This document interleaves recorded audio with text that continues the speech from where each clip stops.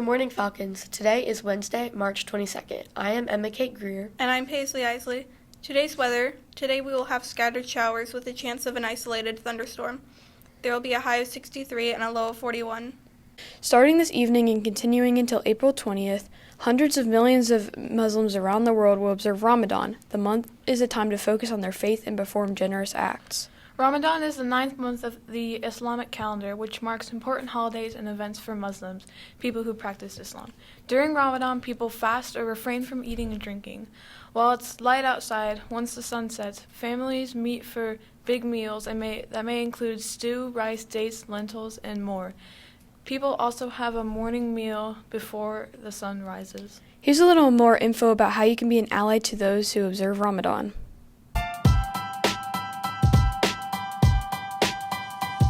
The Islamic holy month of Ramadan begins on May 6th this year, and once again, I find that many of my non-Muslim friends and colleagues still don't really know what it is.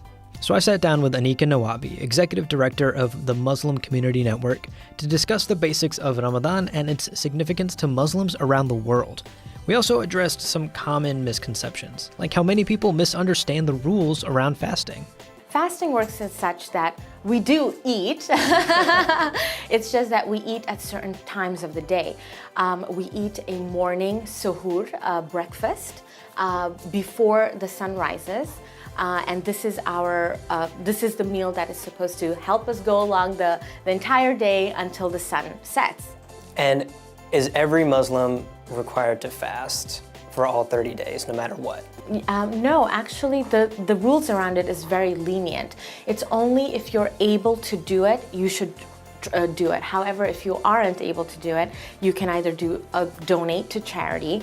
The elderly usually, because they have health issues, they don't have to fast if they cannot fast. That leniency extends far beyond just the sick and elderly.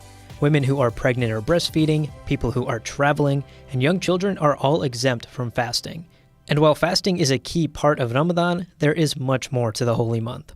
Muslims believe that it was during this month that God revealed the first verses of the Holy Quran to the Prophet Muhammad, peace be upon him. Ramadan is a time of spiritual and physical discipline. Fasting is just one part of that. Muslims fast to really, again, deepen our empathy for human beings, because that connection is what helps us in connecting to God. Right. And personally for me, I find that it's a time of self-reflection too. Like, yes. It's the one month of the year where I just look back at my year, and I tried within that month to, for example, donate more than I normally do, or volunteer my time more than I normally do. For Muslims, Ramadan is a month of sacrifice, self-reflection, and service. So what are some things non-Muslims can do to be supportive of their Muslim friends and colleagues during this month? One of the things is to just be a little bit sensitive of putting food and eating in front of a Muslim, I would say, is something to be sensitive about. And also, I want to drive this message that Ramadan is really a very communal time. It's our time for not only individual introspection, but also to give to our communities and the neighborhoods that we live around. So definitely try to find an activity to do together with your Muslim friends during this month and celebrate it. It's a celebration. Here are today's announcements. Attention all students. JBSU next meeting will take place on Monday, March 27th at 8:20 a.m.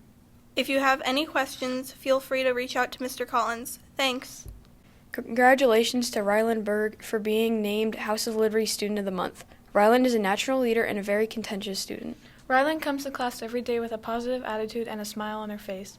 She is a hard worker, and the House of Liberty is excited to celebrate her success.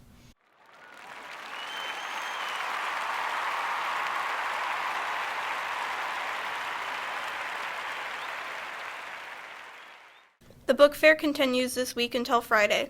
Students will be allowed to browse and buy when their English class visits. If you've already visited with your class and would like to purchase something, stop by before school, during SOAR, or during passing period. Student Council will be having a Spirit Week next week, beginning March 27th and ending the day before spring break. To participate, you will need to bring in $1 and give that money to your first period teacher each day. The Spirit Week is not only a fun way to lead into spring break, but all proceeds benefit Riley Children's Hospital. Riley helps more than 57,000 patients annually. If a family is not able to pay for the child's medical costs, Riley offers medical care to all Indiana children regardless. To help this great cause, be sure to bring in $1 each day you participate. Here are the themes for your Spirit Week. Monday, March 27th is PJ Day. Tuesday, March 28th is Teacher/Student Swap Day. Wednesday, March 29th is March Madness Jersey Day or Favorite Team Spirit Wear. And Thursday, March 30th is Hawaiian Beach Day. Let's celebrate making it to spring break and raise money for Riley. It's March Madness and our hidden basketballs are coming back. Find a paper hidden basketball in the common areas at FCJH and take it to the library for a chance to win a Topgolf gift card, a Chick-fil-A gift card, or a candy basket. See Mrs. Disler for details. The hidden basketballs will be around until spring break.